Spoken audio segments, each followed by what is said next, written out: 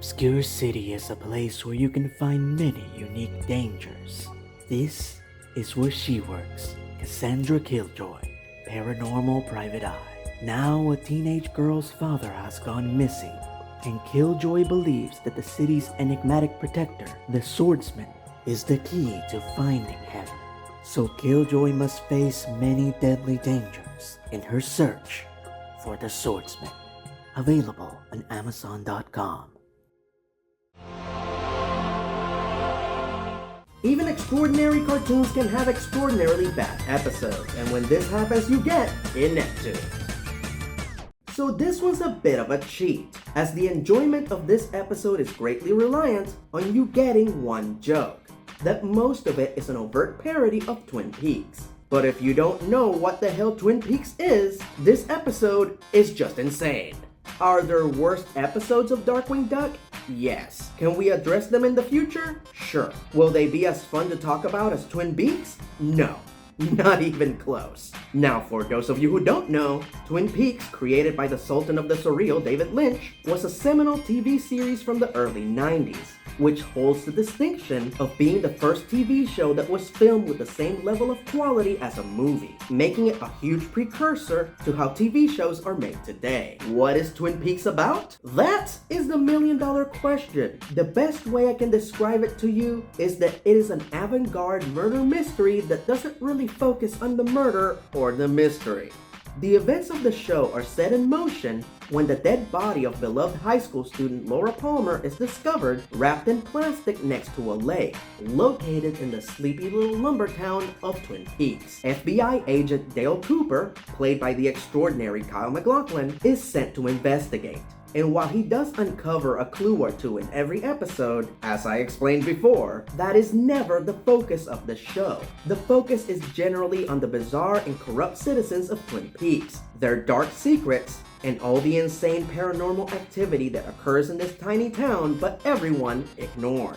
So, to summarize your basic episode, Cooper and his friends investigate, weird shit happens, nothing is ever fully explained, and audiences love it. And that is the most bizarre and impressive aspect of Twin Peaks, how the show has a general and lasting appeal, in spite of it not being a show that panders to general audiences. And yet it went on to yield 3 seasons, several novels, a movie, and a revival in 2017 that was supposed to conclude the story, but not really. So yeah, this surreal adult series is the one that the creators of Darkwing Duck, an afternoon children's cartoon, decided to parody for an entire episode. If that sounds like the most insane thing ever, that's because it is. So step into the red room, pour yourself a cup of damn good coffee, and let's delve into Twin Peaks. So our episode begins with plant-themed villain, Bushroot, in jail, suffering from a bit of cabin fever, when suddenly a mysterious light shines through his cell window. Hey, turn your butt off! 2 weeks later. Darkwing is called to Bushroot's cell to investigate, as the villainous vegetable hasn't moved since the incident with the light. So our daring duck detective delivers a definitive deduction. Bushroot, scourge of the plant kingdom, is dead. Today on the Disney Afternoon, Bushroot dies. Have fun, kids. Luckily, Darkwing's sidekick, Launchpad, accidentally debunks Darkwing's assessment. Bushroot is dead. Absolutely, positively, without a doubt. Yup, Bushroot is alive. He just turned himself into a vine and escaped out of his cell window. Where did he get a life-size cadaver of himself? No time to explain, cut to the next scene. Back at the Mallard residence, Darkwing is still trying to desperately piece together what Bushroot is up to. Launchpad, a la Dale Cooper, adopts a more unorthodox method of investigation by trying to boost his psychic abilities via pyramid power. Remember, reality is an illusion, the universe is a hologram. Bye, Gold, bye! But there might just be something to LP's funny hat. Hey, you better get the door. I'll get the door. Hunker, their next-door neighbor, comes over begging for Darkwing's help, as his parents, Pinky and Herb, have gone missing. So the daring duck of mystery immediately jumps into action. Not surprisingly, things get weirder over at the Muddlefoot's home, where Darkwing finds that before Hunker's parents disappeared, they took up gardening in their living room. They even grew a giant cabbage behind the couch. Whoa, some cabbage. Jinkies! Hunker explains that their gardening obsession started when his Aunt Trudy sent a package containing a few cabbages and a video called Gardening with Gertie. Our heroes watch the tape and spot the next very important clue. Shoot!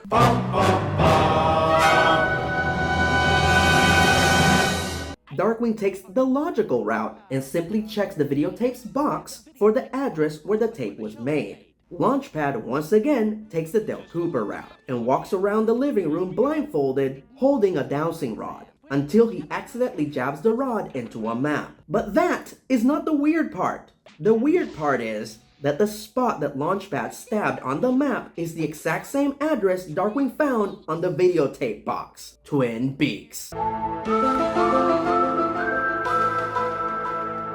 We beautifully transition to Twin Beaks, where we get a blatant recreation of the opening sequence of Twin Peaks that includes the theme song, Falling, and a blink and you'll miss it cameo by a caricature of Pete Martell. You know, the guy who discovers Laura Palmer's body. Noise! And the sequence concludes with two guys dumping Bushroot's actual dead body, wrapped in plastic, just like Laura Palmer, into the river. Today on the Disney Afternoon, learn how to dispose of bodies and get rid of evidence so you can get away with murder.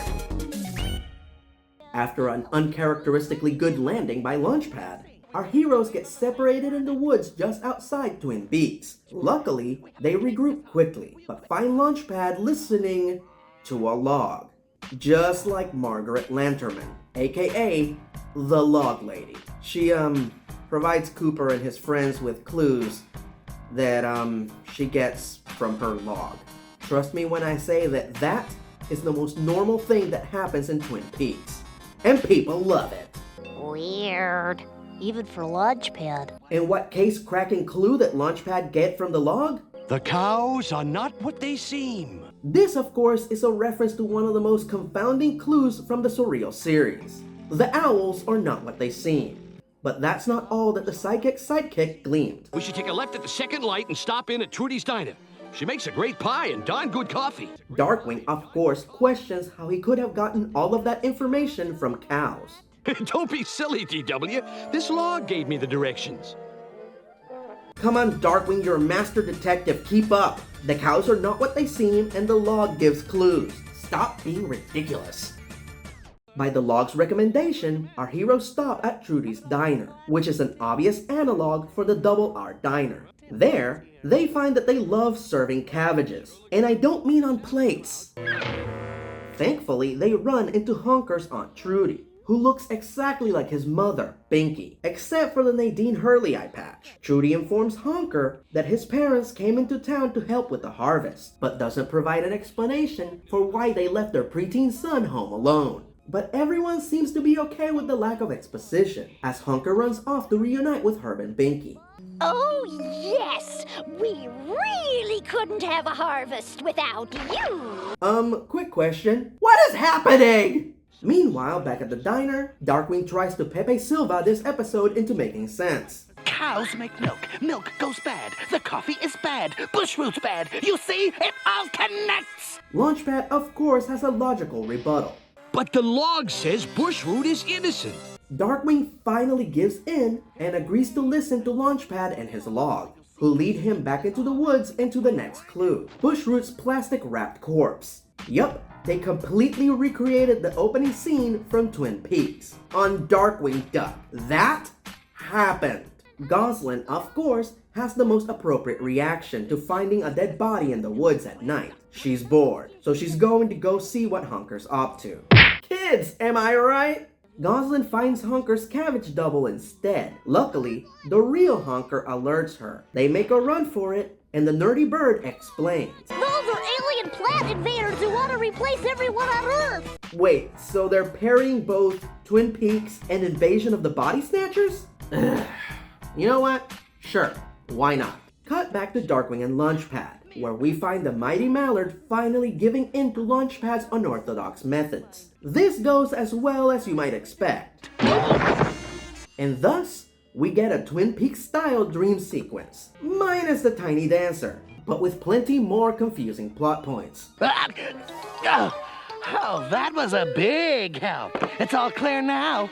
About as clear as a tax form. Oh, come on, Darkwing. Isn't it obvious? The cabbages are alien doppelgangers looking to replace the entire population of the Earth, and the cows are not what they seem because they are also aliens there to stop the cabbages, who are mutated aberrations from their food supply. Duh! I come from the planet Larson on the far side of the galaxy. I do. I understood that reference. The space cow further explains that the reason Launchpad seemed to be so psychically in tune is because they were sending transmissions to him directly, as he is the being with the clearest mind. Yep, she said I had more space in my brain than anyone else. They also recruited an advanced agent to scout Twin Beaks, the Log.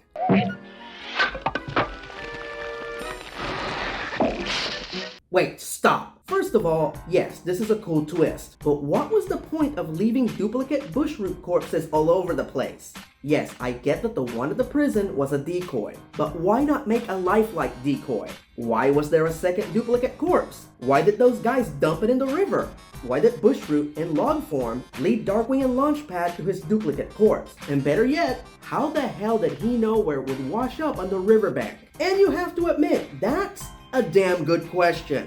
And I thought I was confused when I didn't know what was going on. So it turns out that the space cow they were talking to was just a holographic projection. And the space cows are still light years away from Earth, so it's up to our heroes to delay the doppelgangers from shipping all the mutant cabbages to the rest of the world long enough for the space cows to arrive and recapture them. You know, that old chestnut. So we cut to a fun montage of our heroes delaying the invaders in wonderfully comical ways. My favorite is Bushroot animating the local crops and using them as his own army. Don't shoot until you see the pollen in their petals. Fire! Unfortunately, like Juba freaking Lee, the only thing badass enough to beat Darkwing Duck is Darkwing Duck, as the cabbages deploy a devastating deluge of Darkwing duplicates. Outmaneuvered, outnumbered, and outmatched. What will our daring do-gooders do? Find out next on the same Darkwing time, same Darkwing channel. And the cows show up. They're saved. It's fine. And so the day is saved. All the people that were replaced are found. Darkwing is slightly less confused than he was at the start of the episode, and the cows recapture all the cabbages. Well, except for one. Being the world's only mutant plant duck is a lonely job. But not anymore. Come on, baby! There's a whole planet out there to show ya! So, he's keeping one of the mutant cabbages because he's lonely? This episode is an oddity, but one that should be watched and studied by everyone. Because once it takes off, you can't look away. And before I get a million comments pointing out that there are lots of cartoons that reference Twin Peaks, I would like to remind you that that is still not the same as dedicating an entire episode to parodying an adult show. Hell, DuckTales 2017 co-creator Francisco Angones admitted that this episode traumatized him as a child and was the sole inspiration for his zombie version of Bushroot. Now, while the episode might be confusing and disturbing at times, it is still apparent that it was made with plenty of love and affection towards the show it was referencing, playing more as a tribute than a parody. And Jim Cummings and Terry McGovern are especially excellent in this one as Darkwing and Launchpad, playing the roles of Mulder and Scully, the believer and the skeptic, to absolute perfection, with their comedic skills on full display. Is it weird? Yes. Do I recommend it? Absolutely. Does this episode make more sense if you watch Twin Peaks, the movie and the revival? No, absolutely not. The cows are not what they seem.